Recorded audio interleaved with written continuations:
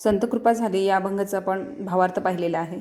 आता त्यावरील प्रश्नोत्तरे आहे, त्या प्रश्नोत्तरांचं स्वरूप आपण इथे आज बघणार आहोत. आकलन कृती पहिली, यामध्ये वारकरी संप्रदायरूपी इमारत उभे करणारे साहित्यरूपी संत. साहित्यरूपी संत कोण आहेत? तुम्ही कविता काय करायची आहे, समोर घ्यायची आहे. इथे आता वर्कबुकमध्ये पण दिलेले आहे. या वर्कबुकमधील किंवा टेक्स्टबुक समोर घेऊन उद्याची उत्तरं लिहिली तरी चालेल. ज्ञानदेव, एकनाथ, त्यानंतर संत तुकाराम, संत नामदेव अशा संतांची नावं या अभंगवाणीमध्ये आलेली आहेत. परंतु कोणी कोणते कार्य केले हे आपल्याला इथे लिहायचं आहे. मग कळस चढवणारे कोण आहेत? तर संत तुकाराम महाराज. पाया रचणारे संत ज्ञानेश्वर आणि खांब होणारे संत एकनाथ. भिंती उभारणारे संत नामदेव. अशा पद्धतीनं या 4 प्रश्नांची उत्तरे आपल्याला इथे लिहायची आहेत. त्यानंतर पुढे वारकरी संप्रदायरूपी इमारत संबंधी संकल्पनांचा अर्थ स्पष्ट करा. इथे आपल्याला हे संकल्पना दिलेल्या आहेत आणि त्याचं आपल्याला थोडक्यात स्पष्टीकरण लिहायचं आहे. पाया रचणे म्हणजे काय करणे? पाया रचणे म्हणजे आपण साधारणतः काय म्हणतो, पाया रचणे इमारत उभी करण्यासाठी सर्वप्रथम भरभक्कम पाया तो तयार केला जातो की ज्याच्यावरती उभी राहणारी इमारत भक्कम राहील. पण इथे कोणत्या अर्थाने हा शब्द आलेला आहे ते आपल्याला सांगायचं आहे. पाया रचणे म्हणजे वारकरी संप्रदायाची स्थापना करणे. आवार रचणे म्हणजेच परिसर प्रचाराने व्यापक करणे. हा वारकरी संप्रदाय आहे, याचा प्रचार आणि प्रसार लोकांच्यापर्यंत पोचून हा वारकरी संप्रदाय, तुम्ही बघता की आषाढी वारी असेल किंवा माघ वारी असेल, पंढरपुरामध्ये लाखो भाविक या यात्रेमध्ये सहभागी असतात.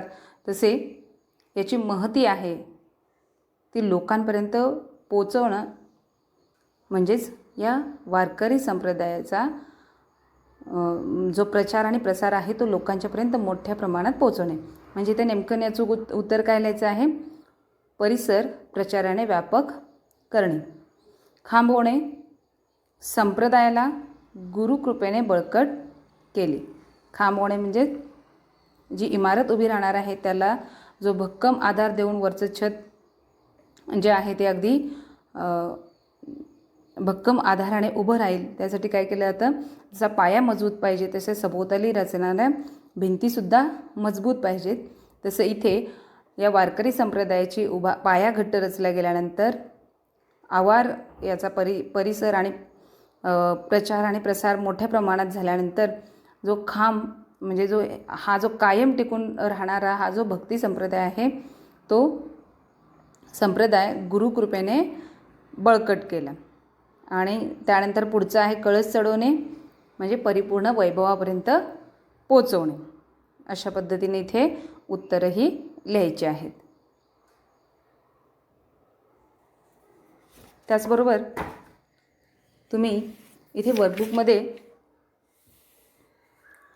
काय केलेले आहे, तुम्हाला हे जे प्रश्न दिलेत संकल्पना स्पष्ट करा, त्याच्या खाली तुम्हाला काय केलेले आहेत प्रश्न दिलेले आहेत. पाया रचणे, आवार रचणे, खांब होणे, कळस चढवणे आणि त्यानंतर बॉक्स दिलेले आहेत. त्याच्यानंतर पुढे काय केलेलं आहे, जे आत्ता मी उत्तरं तुम्हाला सांगितलीत तेच पर्याय इथे पुढे दिलेले आहेत, ते योग्य ठिकाणी तुम्हाला लिहायचे आहेत. फॉर एक्झाम्पल इथं पाया रचणे, इथं काय येईल आता, पाया रचणे इथे खाली तुम्हाला बॉक्समध्ये ब्रॅकेटमध्ये दिसत आहेत. पाया रचणे म्हणजेच वारकरी संप्रदायाची स्थापना, एवढंच उत्तर इथे तुम्हाला लिहायचं आहे. थोडक्यात याचा अर्थ समजावा म्हणून मी तुम्हाला काय केलेलं आहे, एक्सप्लेन केलेलं आहे. इथं ब्रॅकेटमध्ये दिलेले जे शब्द आहेत तेच शब्द तुम्हाला तर योग्य त्या ठिकाणी लिहायचे आहेत. आवार रचणे म्हणजेच इथे पुढे मी काय सांगितलेलं होतं तुम्हाला, परिसर जो पहिला ऑप्शन आहे तो येईल, परिसर प्रचाराने व्यापक केला. अशा पद्धतीने 4 जे बॉक्स आहेत ते पूर्ण करायचे आहेत. सहसंबंध लावा म्हणजेच अ गट आणि ब गटातील जोड्या जुळवायच्या आहेत. संत ज्ञानेश्वर हे उत्तर लिहिल्यानंतर तुम्हाला काय होईल, पुढचे सहसंबंध लावा अगदी सहज लिहिता येईल. संत ज्ञानेश्वर यांच्या समोर कोणतं उत्तर येणार, संत ज्ञानेश्वर याने काय केलेलं आहे ते इथे आपल्याला लिहायचं आहे. संत ज्ञानेश्वर, संत नामदेव, संत एकनाथ, संत तुकाराम यांच्याबद्दल इथे या अभंगामध्ये संत बहिणाबाईने काय सांगितले आहे ते लिहायचे. फॉर एक्झाम्पल संत ज्ञानेश्वर, इथे अ गटामध्ये आहे संत ज्ञानेश्वर आणि ब गटामध्ये यातील जोडी काय येणार, पाया. लक्षात आलं. या पद्धतीने काय करायचे आहेत, या 4 संतांच्या समोर त्याने जे कार्य केलेलं आहे त्याचं वर्णन इथे आपण या एका शब्दातून इथे लिहायचं आहे. योग्य पर्याय निवडा. फळा येणे म्हणजे सफल होणे, निरूपण करणे म्हणजे निरूपण करणे, विवेचन करणे. अशा पद्धतीने हे ऑब्जेक्टिव्ह प्रश्नांची उत्तरे आपल्याला लिहिता येतील. त्यानंतर पुढे संदर्भाचे स्पष्टीकरण हा प्रश्न आहे. संदर्भाचे स्पष्टीकरण लिहित असताना पहिल्यांदा आपल्याला संदर्भ लिहायचा आहे आणि संदर्भामध्ये तुम्हाला सांगितलेलं आहे की कवी आणि कवितेचं नाव हे अत्यंत आवश्यक आहे.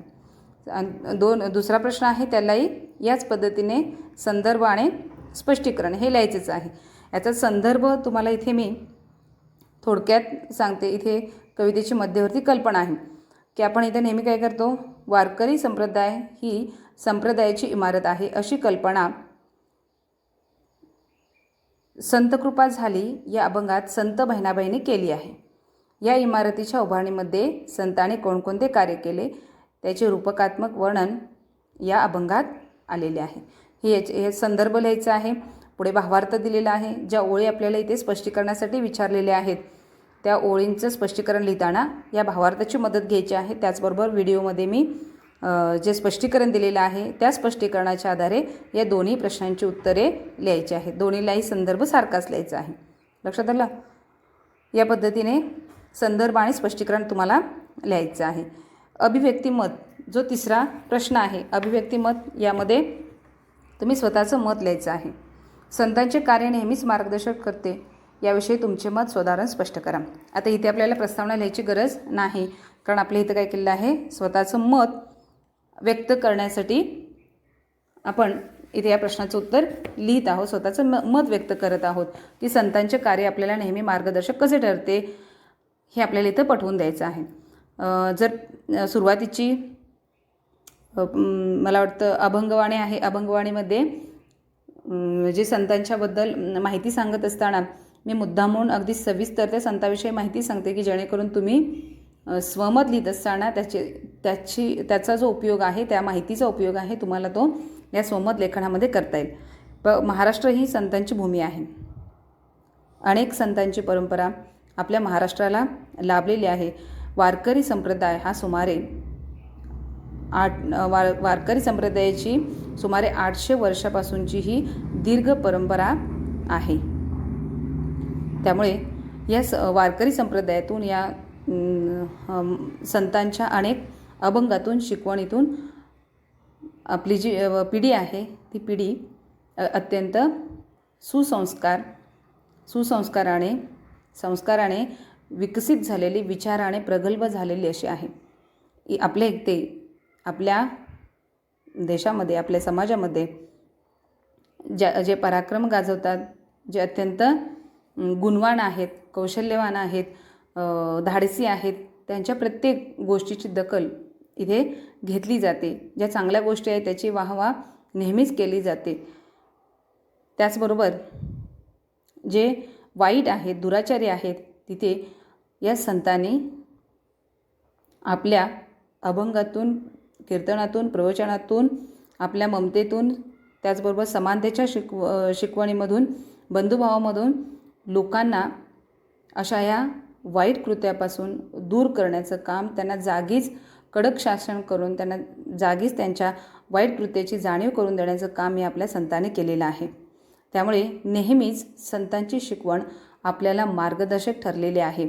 मग अगदी ज्ञानेश्वरांचं पसायदान असेल किंवा संत तुकाराम यांचे अभंग असतील, बहिणाबाईंचे असतील, किंवा संत रामदासांचे अभंग असतील, एकनाथांचे असतील, यातून प्रत्येक संतांच्या अभंगातून आपल्याला नेहमीच आपल्याला समाजाला मार्गदर्शक आणि प्रयत्नवादी बनवणारे विचार मांडले गेलेले आहेत. मग इथे एखादा तुम्ही ज्ञानेश्वरीमधील किंवा संत तुकारामांच्या ओव्यांमधील अभंगामधील एखादा अभंग लिहून थोडक्यात इथे संत आपल्याला नेहमीच मार्गदर्शक कसे ठरतात हे आपण या 1-2 उदाहरणाच्या किंवा 1-2 अभंगाच्या माध्यमातून तुम्ही पटवून देऊ शकता. जसं संत वृक्षवल्ली आम्हा सोयरे या अभंगातून संत तुकाराम आपल्याला निसर्गाची, पर्यावरणाची जोपासना करायला शिकवतात. जसे आपले सगळे सोयरे नातेवाईक यांची आपण जेवढी काळजी घेतो तेवढीच आपल्याला पर्यावरणाची, वृक्षाची काळजी घेतली पाहिजे. ते सुद्धा आपले सगळे सोयरे इतकेच काय आहेत, आपल्याला जवळचे आहेत. त्यामुळे तेवढीच काळजी आपण त्यांची घेतली पाहिजे. त्याचबरोबर आणखी यज्ञे तोची देव जाणावा हा संत समर्थ रामदासांचा इथे थोडक्यात तुम्ही एक संदेश लिहू शकता. अशा पद्धतीने 1-2 अभंग संतांचे जे आपल्याला मार्गदर्शक ठरणारे, प्रेरणा देणारे आहेत ते आपण हे उत्तर लिहित असताना या तुमच्या स्वमतामध्ये तुम्ही लिहायचं आहे आणि या प्रश्नाचं उत्तर तुम्ही पूर्ण करायचं आहे. अशा पद्धतीनं या संतकृपा झाली या अभंगावरील प्रश्न तुम्हाला पूर्ण करायचे आहेत. ऐकायचं आहे, समजून घ्यायचं आहे आणि याची उत्तरं तुम्ही लिहायची आहेत. ओके.